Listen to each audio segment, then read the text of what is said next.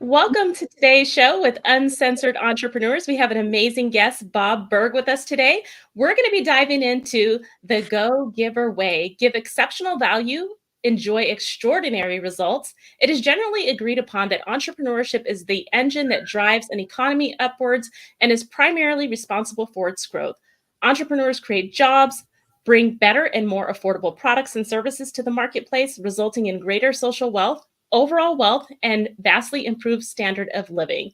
And while we treasure the entrepreneur, one needs to not start their own business in order to be one. One can be an entrepreneur within a company setting, often called intrapreneurs, and can lead from anywhere they happen to be positioned. Bob Burg, co-author of the international bestseller, The Go-Giver, and much sought-after speaker and sales and leadership conferences, is committed to inspiring the entrepreneurial spirit in all of us. He shows that companies, both large and small, that conduct their business the Go-Giver way are not only of much greater value to their customers, they are also significantly more functional and profitable as well.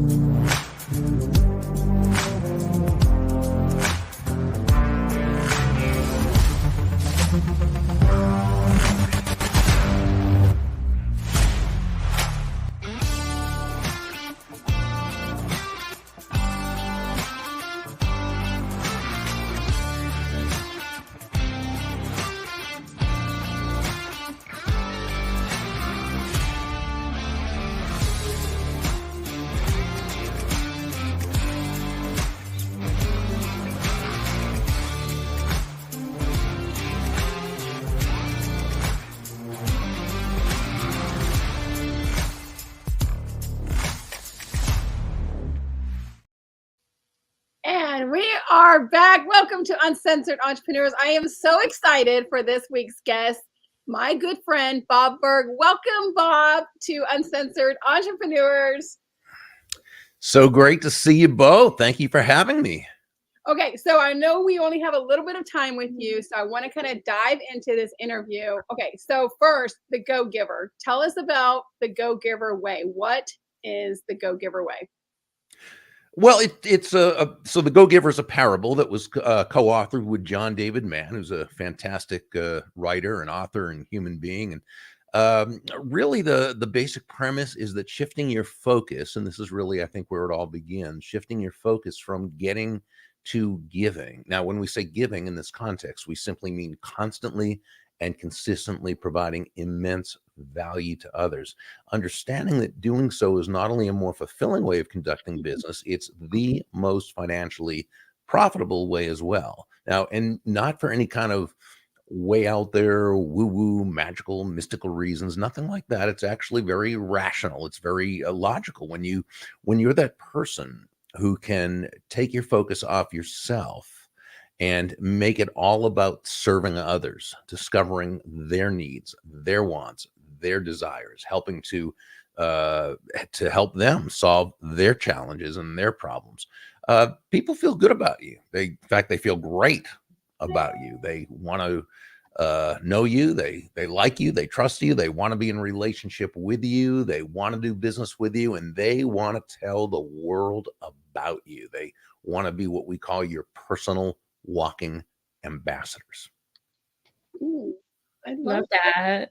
So, Bob, as entrepreneurs, a lot of times we're in that sales mentality of like bringing in the income. So how can entrepreneurs actually shift their mindset on a daily basis to that giving mentality as they operate in their daily operations? Yeah, and first, I think, Star, it's very important to understand there's nothing wrong with bringing in the income. In fact, there's everything right about bringing in the income. It's that focusing on that isn't what's going to do it. And here's what I mean. For years, when I spoke at corporate sales conferences, I would often begin by saying, nobody's going to buy from you because you have a quota to meet. Ooh. Okay? Yes. Nobody's going to buy from you because you need the money or you would like the sale to happen. And they're not even going to buy from you just because you're a nice human being. They're going to buy from you because they believe that they will be better off by doing so than by not doing so. Ooh. Yeah, so it's very important to understand. It's not that you don't care about making money. Of course you do. You're in business. It's that alone isn't what's going to do it. It's only going to happen because you have been able to communicate value to that other person that in which they understand why they're better off by buying. And you communicate it not by talking, but by listening, by asking questions, right? By listening, by discovering their needs, wants, and desires. The result is the income. This is why John David Mann and I say that money is simply an echo of value. Okay. Money is simply an echo of value. It's the thunder, if you will, to value's lightning, which means nothing more than understanding that the focus must be on what you're providing, the value you're providing another person. That must be your focus. The money you receive is simply a natural result of the value you've provided. Ooh, some that. mic drops here. All right. So the concept of adding value is emphasized throughout your entire book. Can you dive a little bit deeper into what adding value means and how individuals can identify opportunities to add value in their normal everyday interactions? Sure. So it's important, I think, to really understand the difference between price and value. Mm. Price is a dollar figure. It's a dollar amount. It's finite. It simply is what it is. Value, on the other hand, is the relative worth or desirability of a thing, of something to the end user or beholder. In other words, what is it about this thing, this product, service, concept, idea, what have you, that brings so much worth or value to another human being that they will willingly exchange their money for this and be glad they did, while you make a very healthy profit. A very quick example would be the accountant who you hire to do your taxes, who she charges you, $1,000. That's her fee or her price, $1,000. But what value does she give you in exchange? Well, through her work, through her knowledge, her energy, through her getting to know you and your business, to understanding what you're looking to accomplish. She's able to save you $5,000 in taxes. Yeah. She saves you countless hours of time, and she provides peace of mind for you and your family, knowing that it was done right. Right. So she gave you actually well over $5,000 in value, much more in value than what you received in payment. So you feel great about it. She makes a very healthy profit. So just intrinsically, by the very nature of what she did, she gave you value. But it's more than that. It's the entire, that's the intrinsic value. But the actual value that distinguishes you from every other accountant in that case, or whatever it is you happen to do, is what more you're adding in terms of the actual experience. This is the extrinsic value. Okay. And this, we call these elements of value. See, here's the thing. Okay. We know that if a prospective customer or client cannot distinguish between any two or more products, services, or providers, it's always going to come down to who has the lowest price. Mm-hmm. And trying to make low price your unique selling proposition, unless your last name is Walmart Yes. or Amazon, okay, is Bad not business plan. naughty business plan, horrible business plan, is not a good way to do business. It's not sustainable. No. It's not rewarding. It's not profitable. Okay, so no. When you sell on low price, you are a commodity. When you sell on high value, you are a resource. So the question becomes, how do I do that? If I'm selling a product or service, it's pretty much a commodity. How do I distinguish myself? Well, the short answer is you've got to be that additional value, because they're buying from you before they're buying your company, before they're buying your product or service. Now, so how do you do that? Well, the good news is there are dozens, if not hundreds, of ways to communicate that extrinsic value. They tend to come down to 5, what we call elements of value. And those 5 are excellence, consistency, attention, empathy, and appreciation. And degree that you and those on your team are able to communicate one or more, hopefully all 5 of those at every touch point, from the moment you meet that person through the follow-up, follow-through, relationship building process, sales process, referral process, to the degree you can do that, that's the degree that you take competition and low price totally out of the picture. Ooh, Love I love that. that. And also, I know that one of the things that you emphasize is the importance of focusing on actually, I'm so sorry. I was like looking at this note and thinking about Christina's baby too. I'm like, I'm sorry. Yes, baby brain this morning.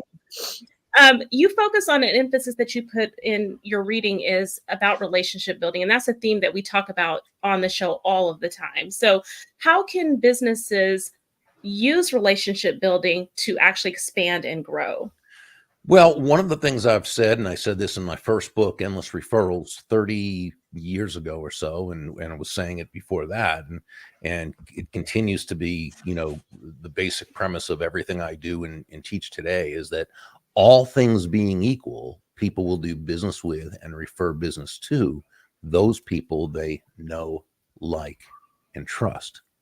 Well, how do we build trust? How do we earn trust? Well, again, it's understanding that, and Dale Carnegie taught us this in his classic How to Win Friends and Influence People. In fact, I think this was the basic premise of everything he taught, certainly of that book. And that is that ultimately people do things for their reasons, not our reasons. So when we can make our entire focus discovering their reasons, or again, it goes back to value, which is again relative worth or desirability, meaning what? That it's not a matter of what we think is of value to them or what we think they should think is of value to them. It's what they find to be of value. And to the degree we discover that and communicate that in everything we say and do, that's the degree we build trust. Ooh, I love that. Okay, so now that we have Christina back in, she has a little baby brain. She just had a baby. Okay, this is Congratulations. her first show back, and we had a time change. So, well, actually, I didn't have a time change. So, first of all, Bob, I would like to apologize. That was so disrespectful coming in late, Not and at all. I'm so sorry, because we are all about value and giving here, and I'm so honored to have you on the show. So excited to learn from you and have this conversation. Your books are amazing, and I recommend them to people all the time. So. Thank you for being here. Our on-site book recommendation persons. I am. I recommend books all the time, but your series, I mean, you've done such an incredible job of bringing value to the marketplace, and especially right now, right? Like, we went through COVID and everybody was locked down in their homes and buying to make themselves feel better. So it was a click and buy marketplace. We're not in that marketplace anymore. You have to give value. You have to show up and see a long-term vision for your business and really truly care about other people. And that's really what you talk about a lot of the time. So yeah, I do apologize. We didn't have a time change today, so I got really confused. I even had a meeting I had to cancel. No. Oh, thank you so much. I appreciate Yeah. it. And that was a great point, Bob, because we often see that we know what our clients need. And sometimes we're so busy trying to force this need upon them, and they may not see the value in that messaging that we're trying to communicate. So it's very important that we understand and we're communicating on a level that they perceive as valuable. Absolutely. It's really interesting. A friend of mine, colleague, Frank Favaro, who was a wonderful, very successful salesperson for years, and a couple of years ago decided to go into his own business teaching the customer experience. That's his niche that he really, that's his sweet spot. And so he started going to all these companies, and this is in the Cleveland, the Akron, Ohio area where he lives. And the particular, his target market is a very particular market. And so he was prospecting the various CEOs of these small to medium sized businesses. And he was really getting nowhere with them because they did not believe they needed help in terms of customer experience. And we're never going to proactively work on something that we don't believe we need to work on. Right? That just makes sense.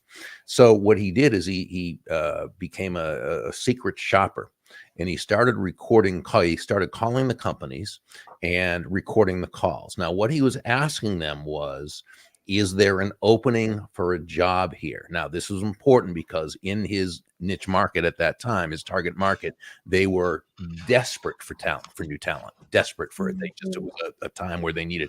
And the two main answers he was getting was, no, we're not hiring. And the ones who even knew they were didn't really know where to send him. It was like a different place every time. Well, he's recording these. He now brings these to the different CEOs. Now the CEOs understand they have a problem. Yeah. Yeah. Right. And that he's now the answer to that. He's the solution to that problem. So yeah, if they don't understand it's a value to them, you can know that it's a value, but if they don't know, well, it's the same as it not being there. Yeah. How do you know though? Like how do you know that you're speaking the language that the market is receiving? You're communicating clearly enough.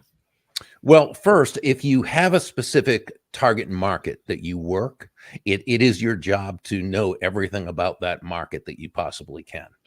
So some people have experience in that market. He actually came from that marketplace, so he understood the language anyway. But there are also people that work within markets that they've never been involved in that market, but they've made it their priority to learn that market and know it so well that if people would say, wow, I thought you were with us for years, right? Sure. And so I think there are two general areas in terms of the value we can provide to a certain market that we're targeting. One is the overall general, this is what they do, this is what they need, these are the issues going on in that marketplace, in that community, and so forth. And that's fine. That's entry fee to get into the game. You've got to know that. Then there's the conversations you have with them when you're doing the actual discovery, so that you can ask very specific questions and listen in such a way that not only are they telling you what they need, want, and desire, right? As my good friend Jeff West says, they need to say what they need to hear, right? It's them saying it as much as us, but also knowing how what you do serves them even better than they would know what you do serves them. So you're able to see situations where they may have a great opportunity, but they don't know that. They can't realize it. And you can strengthen them there, or they may have a problem or potential problem that they just don't know, and you can help strengthen them there. Yeah. Right. So those are the insights that you're adding over and above, just them telling you what they need. All right. So are you talking about basically speaking their language? Because sometimes, for example, people could say in business, their sales are down or they can't find quality leads. But in reality, their marketing needs work or their systems need work. And so it's really like about speaking the language of your client versus your area of expertise. Is that? Yeah, you've got to know how your area of expertise adds value to their issues. Right. Right. Yeah, absolutely. Absolutely. But how to communicate that too has to be very, very clear, because you might be talking about these higher level problems, right? That you know that people have, but when it comes down to serving the marketplace, they might just think, oh, my sales are down. Yeah. You know what I mean? Right. And so often, just like with objections, right? The objection they give isn't necessarily the actual objection. It's more a manifestation of the root cause. Well, it's the same with this. My sales are down. Well, what does that really mean? Yeah. So you've got to determine why they're down. They're down. Yeah. What you don't know is why they're down. And that's what, right. Exactly. So I am a self-publishing expert, and I help people write books. So one of the questions that some of my audience wants to know is, what advice would you give to an aspiring author or entrepreneur who are looking to create a meaningful impact through their work, drawing from your experiences with the Go Giver and other ventures? So like, how would they be able to use the book for their purposes? Well, a book really is a magnificent positioning tool. So, anything we want to do, if someone says, well, I want to write a book. So my first question would be, why is that? What is it that you're looking to attain from that book? Because remember, it could be, first of all, just a sense of joy, knowing that I've put my message down. I don't really care who reads it other than my family, my, descendants. I want, that, and that's a perfectly legitimate reason if that's what you want to do.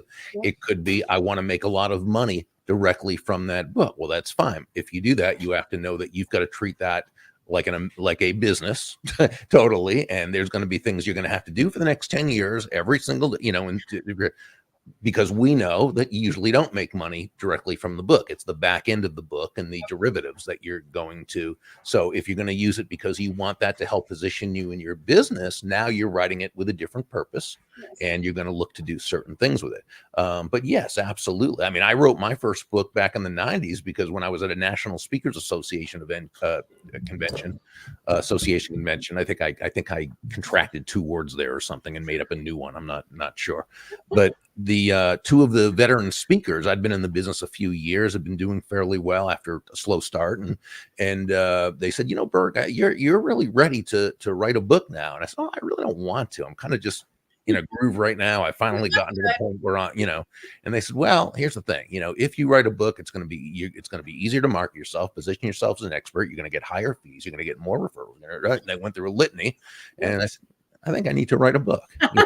You're right. Yeah, so yeah, absolutely. It's a great idea if that's something that will serve you. So I would absolutely ask Tina, is this something that would serve me, and let her go through a discovery with you and determine what it is you want to do it for, how it would help you, and if so, then you take the next step. I'm looking at a Robert's quote here that he just posted. Over the years, I've heard you say, let's change the term from upsell to upserve. I love and agree with this. Thank you. Yeah, I learned that from a person. He's a leadership authority, and the name just escaped me as I was about to say it. So that's not something I made up, but absolutely, there are different words we can use that and it's not so much about even the other person as much as what we're trying to tell ourselves. If we believe we're trying to upsell someone, and hey, I'm a big advocate for selling, because I think of selling as helping another person. I would never say, when people say, well, don't sell, serve. Well, that's what selling is. It's serving.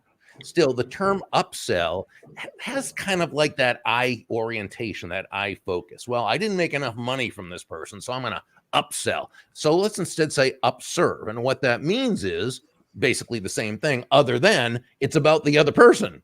It's providing them more value. Now, what's the result? Well, again, money's an echo of value. So the result is you're going to earn more money, but you're going to do much better when you think of it as upserving than upselling. My friend Richard Wildman, who just has a great book that just came out, 100 Proven Ways to acquire. What is with my memory right now? This is like the best book, 100 Ways to acquire new clients and keep them for life. I really hope I got that right. In fact, I hope my baby brain didn't rub off on you, Bob. No, I'm sure not. I'm sure I'm sure that's just me. But you know what? I'm going to do something I very rarely do. Look it up right now. 100 Proven Ways to Acquire and Keep Clients for Life by Richard Wildman. Oh, yeah. And he's given me so much great advice through the years. For example, instead of saying feel free to, he suggests saying feel welcome to. Okay. Feel free is nice. Okay. Feel free to call. Feel free to join us. That's great. But everybody says that. How about feel welcome to call? Like that. Feel welcome. Exciting. Yeah. That reminds me of the Chick-fil-A philosophy. Instead of saying thank you, have a good day, they always say it's my pleasure. Say in Ritz-Carlton the same. And so those are those things that and here's the interesting, you look at Ritz-Carlton, right? And you say, and they always say my pleasure. They never say hi, hey, or how you doing. It's always good morning, good afternoon, or good evening, depending upon the time of day, right? And you think, well, okay, so that's Ritz-Carlton. They're the top of the, you know what? Every other hotel, motel in the world, whether corporate, international, conglomerate, or mom and pop, could do the same thing. Marriott, Hyatt, Westin, all wonderful, wonderful properties, by the way. They could do that, and they do sometimes, and sometimes they don't. Super 8 Hotel could do it. Motel 6, where Tom Bodette leaves the lights on for us. They could do it too. And so could Dave and Mary and their team of 3 people at Dave and Mary's Stop and Stay Inn. They could do that. Why don't they? I don't know. Okay, but they could, and you said, oh well, Dave and Mary and their team of 3 people at the Dave and Mary side, that they could say good morning, good afternoon, good evening, and my pleasure till the cows come home. They're not taking market share away from Ritz-Carlton. Of course they're not, but they will absolutely own their targeted demographic. And they will take market share from Motel 6 and probably even Super 8, because when you go to Dave and Mary Stop and Stay Inn, you feel like $1 million. Yeah. They make you feel welcome and remembered and good about yourself, and you write the whole thing. So we can all do those little things. Richard Wildman, in his book, he talks about a financial advisor who had a client for years and years, and this person, nice person, but they were very just kind of stoic, and they kept to themselves, and they weren't very, and what he said, what he taught at one of his events was, when you walk your client out of your office to the elevator, actually get in the elevator with them and go down to the bottom floor with them, walk them out of the door. Nobody does that. This person did that. And she said the whole ride down, the person really didn't say much. They got out of the elevator, walked to the front door, and he said, no one's ever done something like that for me in my entire life. And I know I don't talk a lot, but I've always appreciated you. And now the next part is really special.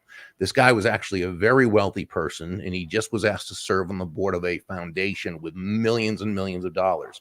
He said, I would like you to come to our next meeting so I can introduce them to you. And she ended up getting the investment account.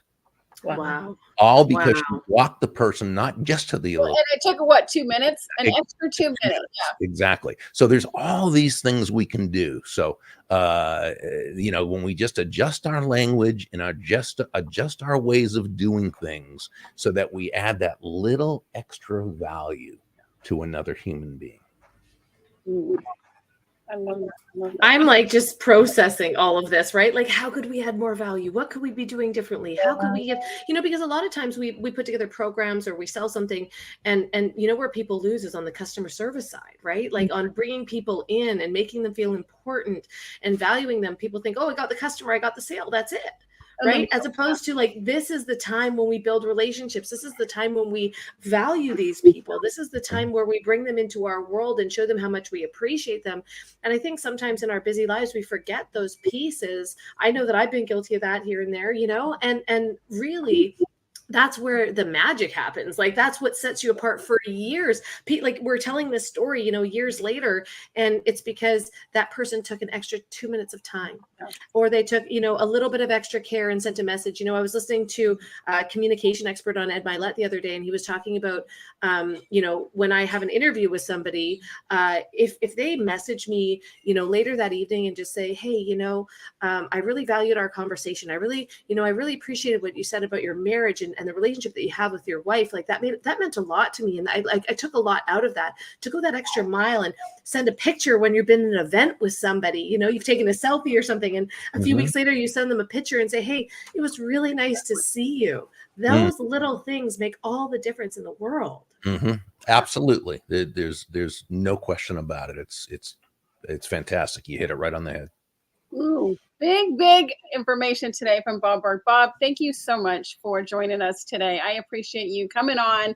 He is a longtime friend, and I absolutely love him. Okay, so one thing that you do is you do a daily impact. Can you tell us a little bit about that? And give them the call to action for that, and then we will talk to you later, and we will continue Uncensored Entrepreneurs for the next 25 minutes. Thank you. And yeah, it comes out every morning or early in the morning, 5 o'clock, wherever you happen to be. So it's there waiting for you when you get up. And it's just a little spark of sometimes inspiration, sometimes how to, sometimes this and that, to kind of keep you going throughout the day. So you can get it by visiting Burg, BURG.com, and you should see one of those annoying little pop-ups come up, or you can go directly to the URL that was kind enough to be posted. Yep, that's right down here. Thank you so much, Bob. Thank you. Great day. Bye-bye. Bye. Oh my gosh, what an amazing thing. It kind of reminds me of what I used to teach. When I was a gratitude specialist, I always taught how to keep that follow-up, because I always used to tell people how to that is so much more expensive to get a new client than to keep the one that you have. Whether it's if they can buy from you again or anything else, they can be a good referral source for you. And he just proves that. I met him probably 10, 15 years ago at an event, and it was just an experience. But Christina, oh my gosh, welcome back to Uncensored Entrepreneurs. I need to see my baby. He's sleeping, but my mom is here. Do you want to say a little hi to her? Yeah. Come here. She's like, come here. Mom's gonna be a star. She's here. Hi. They can't hold on. They can't hear you, but you can hear them. If you can talk to them. I just dropped that. Here you go. Look, we're just a hot mess over here today. There you go. Put that in that ear, and you can say hello. So what happens here, just for the record, is that Cabo doesn't change time zones, and apparently neither does my Google calendars. So I was like, I had a meeting at 10 o'clock today, which is now what time we do Uncensored Entrepreneurs here in Cabo, and that's why I messed up the time. So thank you for your grace. But my mom is here to make sure that I could be here. Thank God she came an hour early. She was on her call, and my mom saved my life actually. And today. I looked and I said, Uncensored is live right now. I'm like, They've been what? on for 4 minutes, and I said, "Oh, go She's put like, your hair in the bag." my hair's wet. It's like I just got out of the shower. I'm just like, oh my God, are you serious? So I ran over here and hopped on. I saw your message, Tina, and I was like, oh my gosh, Mom. She's like, it's fine. I'm like, it's not fine. I said, I wonder where Christina. I said, okay, so there's two things. There's the baby, her mom's there, and the time just changed. I don't know what's going on, but one of them is the reason she's not here. All of them.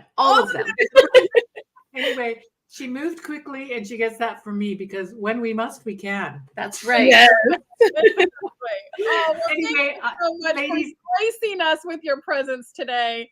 well, it's lovely to see you and semi-meet you. I will give the earpiece back to Christina and go daydream, and I'll go my sweet Well, Isaac. hey, don't hug the baby. Don't hog the baby. No, it's a fight between Izzy and I know. and Grandpa. She's like, excuse me, you're hugging the baby. You don't need to feed him. I'm feeding him. I know. I can do that. Thanks, Mom. Lovely to see you. Love you. Aw. Thank you very Proud much. of you, honey. Okay. Oh man, you guys. I'm glad she was checking it out. Thank God somebody's on the ball today, right? And so this is perfect for Uncensored Entrepreneurs. Live. What? And I did this post yesterday, we don't get it right 100% of the time. We mess up, we drop the ball, we do those things. Robert Right? he said you were drinking your coffee, watching Uncensored. I was like, they're on. Oh wait, I'm supposed to be on that, right? And I had a meeting with my VA. I'm like, I gotta cancel. We'll meet tomorrow. I'm so sorry. But I'm so sorry about that, you guys. And it's so funny because this happens to me. I don't know if anybody can relate to this, but every time there's a time change, because we don't change time zones here. So I go from Mountain Time half the year to Pacific Time, and my calendar on Google doesn't match up. So for like 2 weeks, I'm struggling to figure out what appointments are right and what appointment. Anyways, long story short, Christina, we're have here now. a problem with time zones. I don't know why. I know Pacific and I know Eastern because I lived in the Pacific time zone and I lived in Eastern. But the idea what's going on in the middle. The Mountain and Central, I either get them mixed up. I'm like, are they 2 hours or 1 hour? Are they 2 hours? Lord. But how amazing, honestly, how amazing is Bob? Like if you haven't read his book, if you haven't brought that into your realm, it's a lot of what we talk about, adding value, showing up in a way that you give and give and give. And it's so interesting because the last few weeks have been crazy in business. And I know you guys have been, pivoting and adjusting course. And I just had this conversation with a past client right before I got on. Weird. I was a few minutes late talking to her too. Right. And so we had this conversation and I shared with her, hey, this is how the market is shifting. This is how I've had to pivot. This is what we've got to do right now to give more and serve. And she's like, that's just it. She's like, I never thought that I would go down this route, but how do I serve people now? And I think we need to start asking ourselves that question a lot more often because of different shifts and changes in the marketplace, and things are changing very, very quickly, but how to show up and give more. And if the current offer that you have is not speaking to your audience, and if it's not something they can buy or they need right now, then it's probably not the right offer at the time. And as entrepreneurs, we have to learn how to pivot, and we have to learn how to pivot really quickly. And it doesn't mean that you won't circle back around to that. It doesn't mean that you won't go back down that path. It just means that we have to adjust course. Just like if you were sailing, right? You have to adjust course with the wind as the wind blows to make sure that you're being pulled forward. Yeah. So thank you guys for having some grace today. But like, this conversation is so impactful, and he's so wise. Hey, like, just like, oh my God, I could listen to him forever. And Christina, you had some great success with your pivot too. I know I had a successful week. I saw this, I think you said the last few weeks you had a great success in sales. Even though you pivoted, you brought something to market that the audience still needed, desired, they could actually access. Yeah. And the access is a great word, Star, because I think that people want to access things, right? But then, oh, I can't afford it, or I don't have the time to do it, or it's not the right time, or, you know, there's all of these things that people come up with in their heads. And sometimes it is a financial thing, right? Like, especially right now, like, let's be real for a second. Okay. The people that are winning right now are the ones that are willing to pivot. And I've watched some of my, high and coach or mentors, right? Like, they are coaching 6, 7, 8-figure entrepreneurs, and they're scaling their business to 9 figures, right? But I've watched them pivot over the last year and offer a lower ticket product to bring in more people and to bring people into their wheelhouse as time shifts. And that was actually a huge aha moment to me. I was like, if these people are charging, $30,000 or $40,000 to connect with and to be a mentor to, and now they're offering lower, $3,000, $5,000 programs, what does that mean to the marketplace? And why am I not adapting that? Mm-hmm. Why am I not doing something different, right?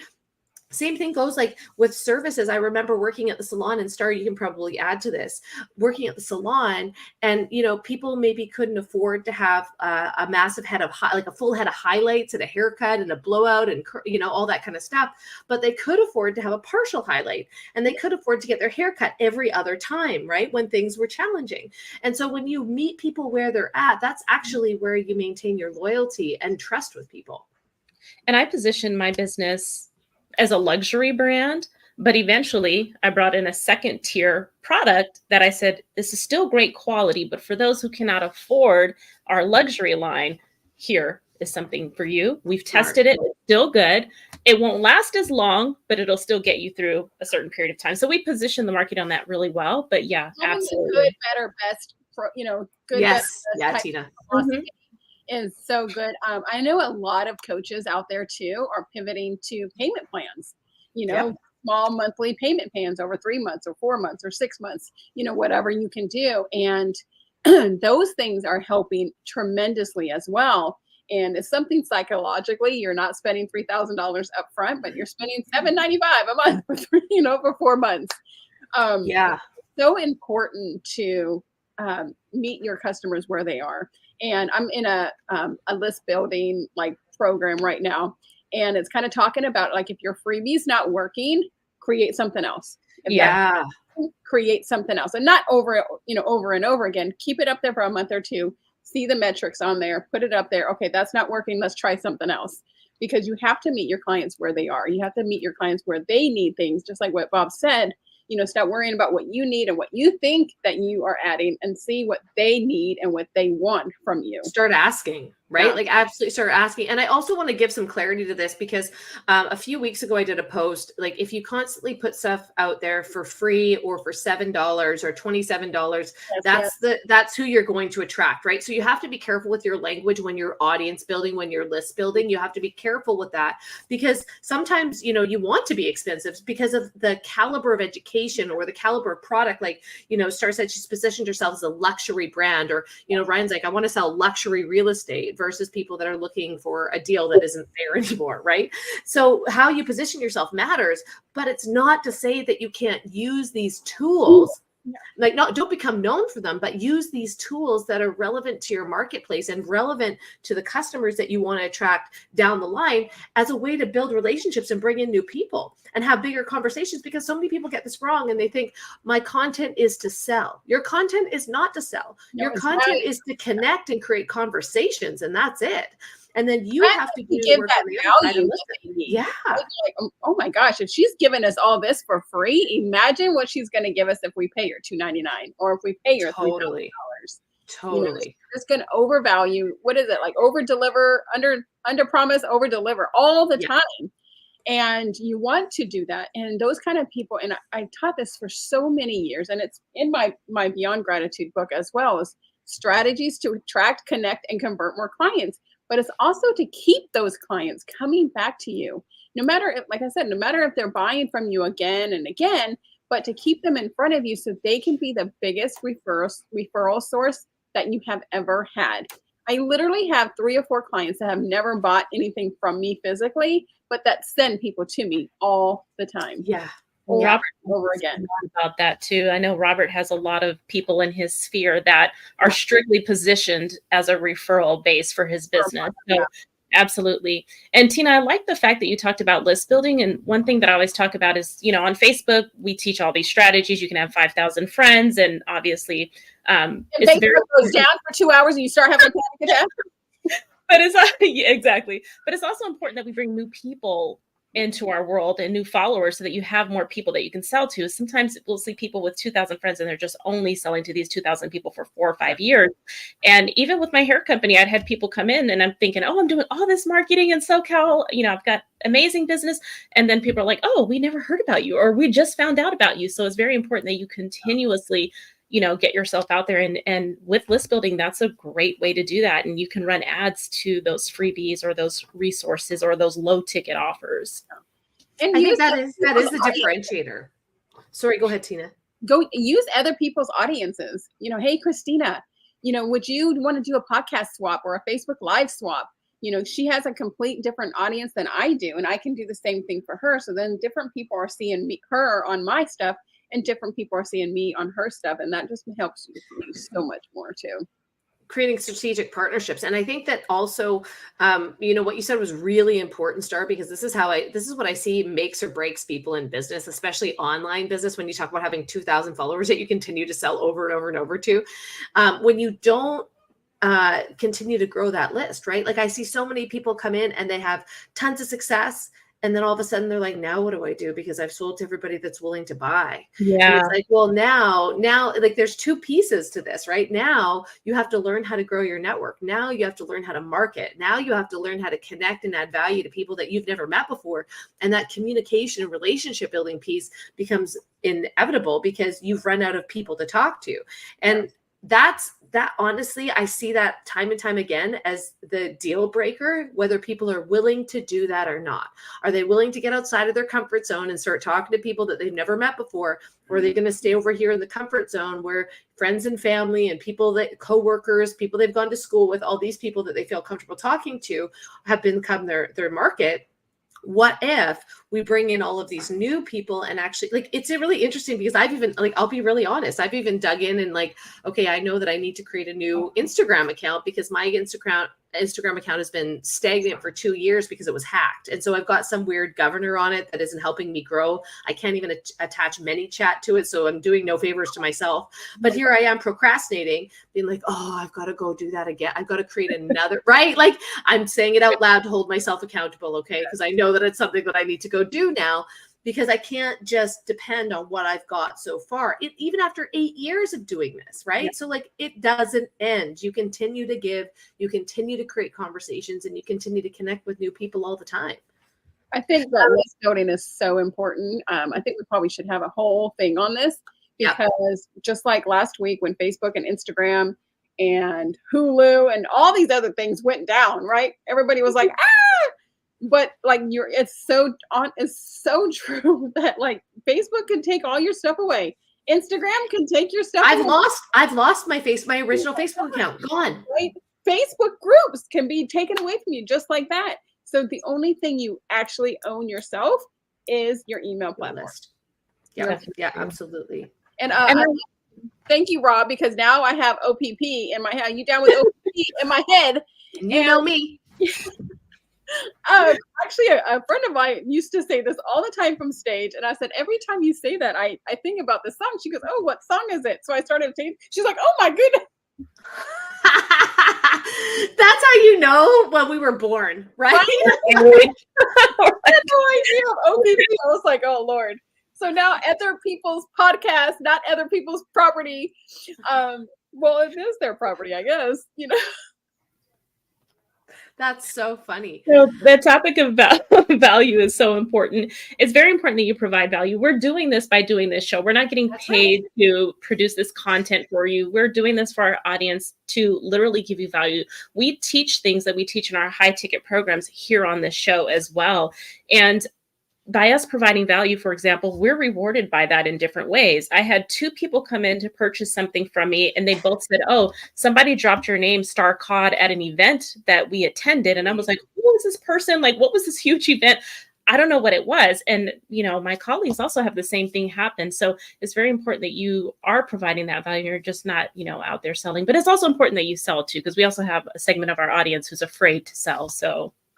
I liked how he talked about sales. Like, sales is serving. Could we just rewrite the sales language? Because people get so upset. They're like, I don't want to sell anything to anybody. I'm like, why? What if it's something they're looking for? What if it's something that they really want? Could you imagine going after a profession, okay, and you're like a chiropractor and you're helping people fix their back, or you're a massage therapist and you're helping them work through injuries, and you're like, yeah, but I don't want to sell them anything. And then what do you mean? It's serving people. It's giving to people. Sales is giving. And that's why I'm so happy that we had this conversation with Bob today, because it's not a matter, sales is only slimy. Okay. Sales is only slimy if you don't believe in what you're selling and you can't produce the result that you're promising. That's the only way that sales is slimy. Because who here loves to go get a new car? Dude, I would like to go get a new car.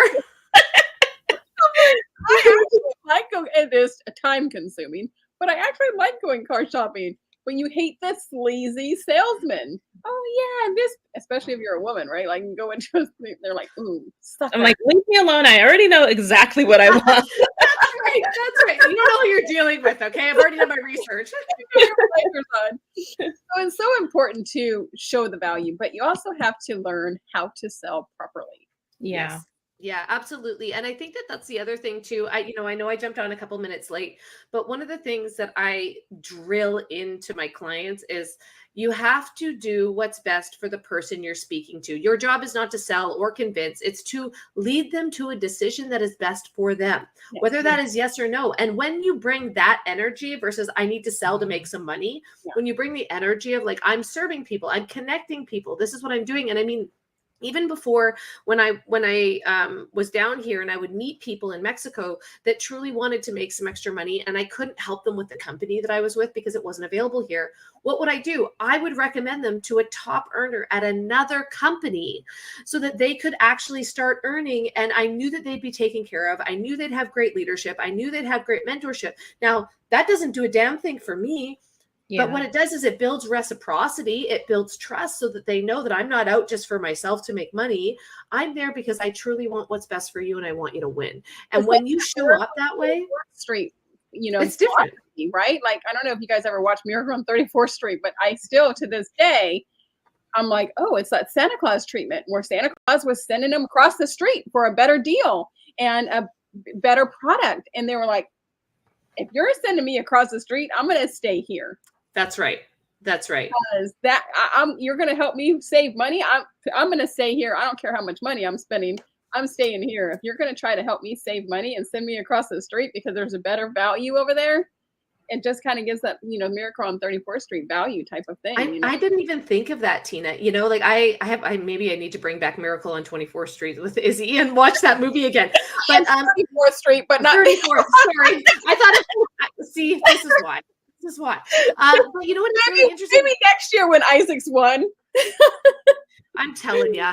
So when's the last time I actually watched that movie? Probably 10 years ago, right? So, but what that just brought to mind was, and this is just a story and it happens all the time. So when I I worked in a salon space for 5.5 years. When I first came into being a hairstylist, I worked at a salon. It was the most popular salon in the city. There were 40 employees, right? And when I decided to leave there, it was because my income capped out at $36,000. Like I couldn't pay my rent. Okay. I couldn't eat. I couldn't anything. Like I had to make more money than that. And I didn't have the opportunity to do that. So I decided to leave. And when I left, I felt it was personal, but now I realize it was just the influence that I had and the clientele that I had built. When I left, I started working from home because I wanted to have babies. I wanted to have my own schedule. I wanted to do that. And that was actually my whole intention going into hair, is eventually I could work for myself. And so when I started working out of my home, the first month when I left, the salon owner, which has way more income coming in, has way, all of these other resources. I was a brand new business starting out from scratch.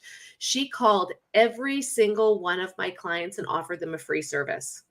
Every single one. And I was like, I can't compete with that. Like I was in tears. I was like, why would you do this when I've spent 5 years building that clientele myself, going out, networking, doing all the work? Like, is that not the clientele that I've built? Just like the client list that you've built, right? And what I did in that time when I really just wanted to scream and kick and like, I can't believe this is happening, is I took a deep breath and I thought, do what's best for them. And I said, look, I left in November. December is coming around. I know you need to save money for Christmas, buy your kids Christmas gifts, go take the free service. And when your next appointment comes around, I'll see you at my salon because it's half the price of what you're going to pay at that other salon. Right. And so I maneuvered that. And can I tell you that first year of business, I tripled what I made at the salon and I worked 4 days a week. Wow. Awesome. So you have to have that abundance mindset, right? You branding yourself and not the salon that you worked for. Right. And people come to see you in that space, right? They don't come. Yeah, your personality, the way that you do their hair is not going to be the same, and they won't have the same experience with another stylist.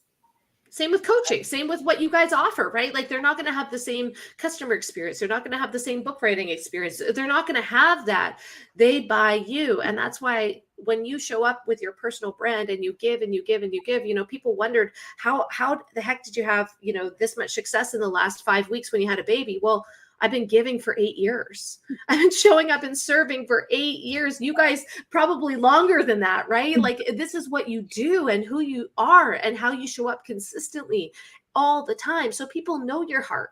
They know who you are. They trust you already. And that's why you're going to win over the person that's just trying to sell them the next best thing right now and try and make a buck. Exactly. Yes. Woo, what a good show today. I think we went through like 5 different topics.